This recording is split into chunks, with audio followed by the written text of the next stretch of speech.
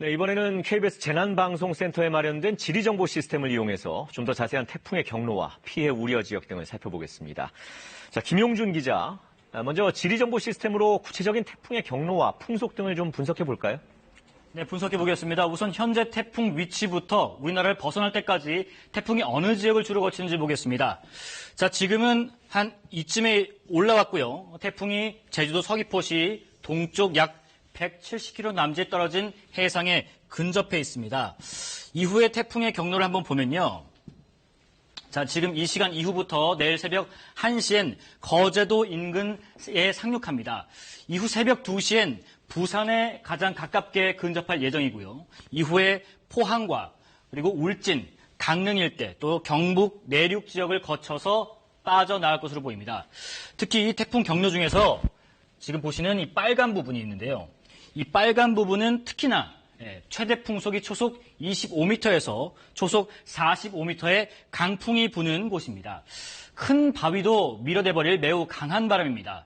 이번 태풍과 비슷하면서 많은 인명피해가 있었던 지난 2003년의 태풍 매미 경로를 놓고 한번 비교해 보겠습니다. 자, 지금 보시는 파란 선이 태풍 매미 때 경로고요. 빨간 점선이 이번 태풍 마이삭의 예상 경로입니다. 자, 태풍 매미 당시에 최대 순간 풍속을 보면 제주도가 초속 60m, 여수가 초속 50m에 가까웠습니다. 이번 태풍 마이삭의 경우 오후 7시 기준으로 제주시 한경면에 초속 49.2m, 차량이 시속 177km의 속도로 지나가는 수준의 강풍이 불었습니다. 네, 김 기자, 근데 특히 이번에는 해안가와 저지대에 해일과 침수 우려가 크다고 하던데 일단 왜 그런지도 좀 궁금하고요. 또 지리정보 시스템상에 나타난 태풍 우려 지역은 어딘지도 함께 좀 짚어주시죠. 네, 일단 지리정보 시스템이 마련된 해안가 임의의 지역을 예로 보면서 설명을 한번 드리겠습니다. 자, 지금 보시는 게 화면에 3D 형태의 바다와 해안 그리고 건물 모습인데요. 태풍은 상륙하면서 우선 이 바닷물의 수위를 끌어올립니다. 우리가 보통 태풍의 중심 기압을 몇 헥토파스칼 이렇게 표현하는데 기본적으로 1013 헥토파스칼을 기준으로 그것보다 낮아지면 저기압인데요. 그러니까 쉽게 말해서 태풍이 지표를 누르는 힘이 약해지는 겁니다. 보통 기압이 1 헥토파스칼이 낮아지면 반대로 해수면은 1cm가 오르는데요. 이번 태풍이 상륙할 때는 약 950 헥토파스칼 정도로 예상이 되니까 바닷물이 기존 만조 때보다 50cm나 더 올라오는 겁니다. 거기에다가 파도가 치고 물이 빠지지 않아서 저지대에는 이렇게 침수가 우려되는 겁니다. 그러면 현재 주요 지점 재난감시 CCTV의 모습과 데이터를 기반으로 한 피해 우려 지역을 함께 보시겠습니다. 먼저 재난감시 카메라입니다.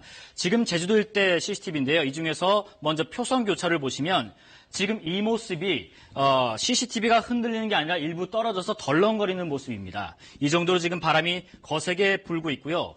그리고 비석거리 교차로 한번 보겠습니다. 차량들이 경광등을 킨 채로 이렇게 서행을 하면서 움직이는 모습이고요. CCTV가 전체적으로 흔들리고 있고 전깃줄과 시설물 곳곳도 흔들리는 모습을 볼 수가 있습니다.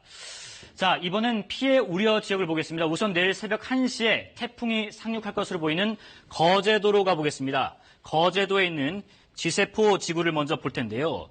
자, 이 지역은 해일로 저지대 항만시설 침수가 우려되는 곳입니다.